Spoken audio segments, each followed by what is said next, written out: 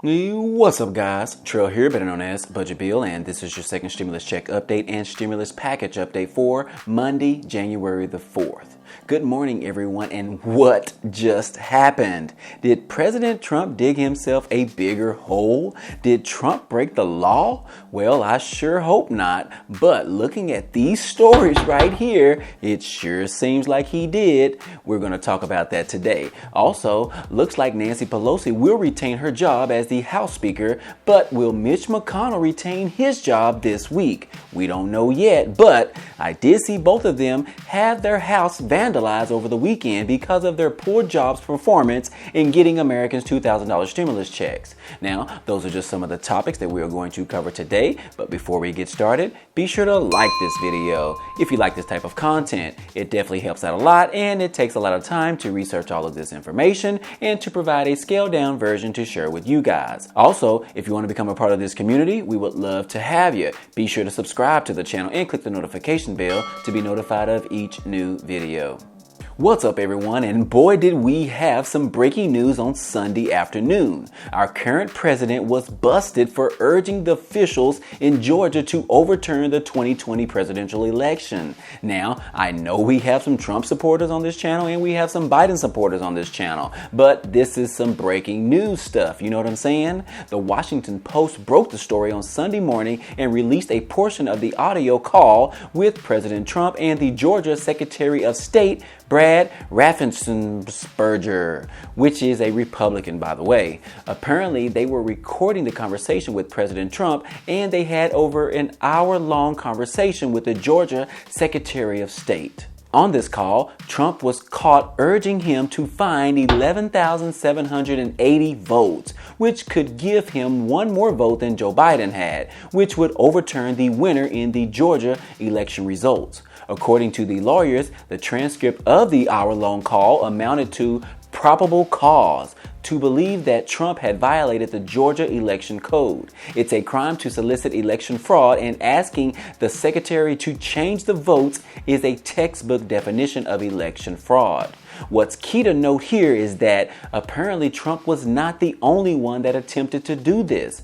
Raffensperger said that in November, Lindsey Graham and other Republicans also tried to pressure him to exclude ballots in the state's presidential election recount. So, as it stands, Raffensperger's office has the power to open probes into possible violations of state elections law. His office then submits a report to the election board, which can decide whether there are probable cause to refer the case for prosecution. And now the biggest question we have is this offense impeachable? And will anyone pursue charges against the president in his last 16 days in office? Several Democrats and Republicans have slammed the president for his attempt to push a fellow Republican and Secretary of State to find enough votes to overturn Joe Biden's election win as a corrupt and abuse of power. I'm sure that question can go either way in both directions. Now, I did find one cute tweet by Chuck Schumer that I thought was really funny. You know how Trump has been so focused on the election fraud since early November and has opened up several lawsuits in multiple states. Well, I found humor in Chuck Schumer's tweet where he said, "Hey, Senator Ted Cruz and his gang, you want to investigate election fraud? Start with this." And he copied the exclusive voice recording of President Trump. I thought that this was hilarious. I guess these guys do have a sense of humor. They just don't have any empathy for the American people. Now, in other news, Speaker Nancy Pelosi won a fourth non-consecutive term to lead the House of Representatives on Sunday. She actually won in a narrow vote after her party lost seats, but ended up keeping control of the chamber. I know we always talk about fire Pelosi and fire McConnell. Seems like it didn't happen for Pelosi here, but we will see whether McConnell keeps his seat on Tuesday night. Pelosi has served 17 years in charge of the House Democrats, and she is the first woman to be a speaker. She had a slim margin for error, facing the Democrats' smallest majority in years, considering she has agitated many new leadership and Republicans. It was a toss-up whether she would retain her position. But she ended up making it, and she will continue to be the Speaker of the House. And Representative Hakeem Jeffries was on Fox News Sunday, and he stated that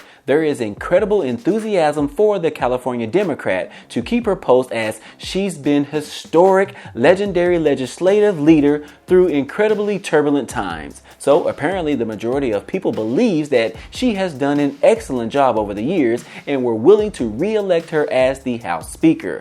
So congrats, Pelosi, you made it. However, I don't think Mitch McConnell will receive this type of praise when it comes down to it this week. But you never know. But what I do know is the American people who are struggling right now do not like Mitch McConnell. They all believe and they know for a fact that McConnell has no interest in helping the struggling Americans. They can see it with their own eyes. They can see it with the actions that McConnell portrays every single day. And they can see it in their latest stimulus check. $600 was just a slap in the face and a disgrace to the American worker. But we will just have to see on Tuesday. Make sure you get out and vote. Now, speaking of Pelosi and McConnell, did y'all see that their homes were vandalized over the weekend? I will pop up some photos right here, but apparently someone decided to spray paint their homes as a retaliation towards their conduct in approving the $2,000 stimulus checks. Pelosi's house in San Francisco was done first, and then McConnell's home in Kentucky was done next day. And you can tell from these photos that on Pelosi's house, they wrote $2,000 plus council rent, and they wrote, "We want everything." Then they put a pig's head on the ground with blood shedding all over the ground. Only her garage was damaged, and all of that can be repainted very easily. Then on McConnell's house, they wrote, "Where's my money?" And then they said, "Mitch kills poor," and some other profanity, which I won't say on this channel. I think that McConnell has way more damage than Pelosi does. McConnell has his front door, his window, the trim around the window, and the paint on the brick wall. Now, I'm not condoning this activity in no way, shape, form, or fashion, but I will say, all they had to do is release the $2,000 stimulus checks and everyone would be happy right now. It's not like they care about the deficit in this country or using taxpayer dollars. Just release the $2,000 checks, Congress. Come on, man.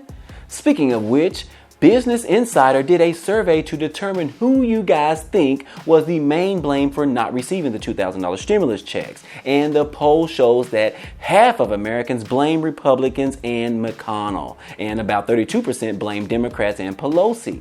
Now, I'm not sure whether Business Insider leans to the right or to the left, but this survey seems pretty accurate to me, considering Pelosi was pushing for $2,000 stimulus checks. She wanted a very large package that included help for the Americans and for the local, state, and governments, while the entire time McConnell was saying no, no, no. He said Americans don't need any more money. Now, to be fair, Pelosi could have agreed to a smaller package earlier when she was negotiating with Steven Mnuchin and Mark Meadows, but she didn't, and she let that offer slip away. However, she was still pushing for the $1,200 checks for everyone, while Mitch continued to say no, no, no.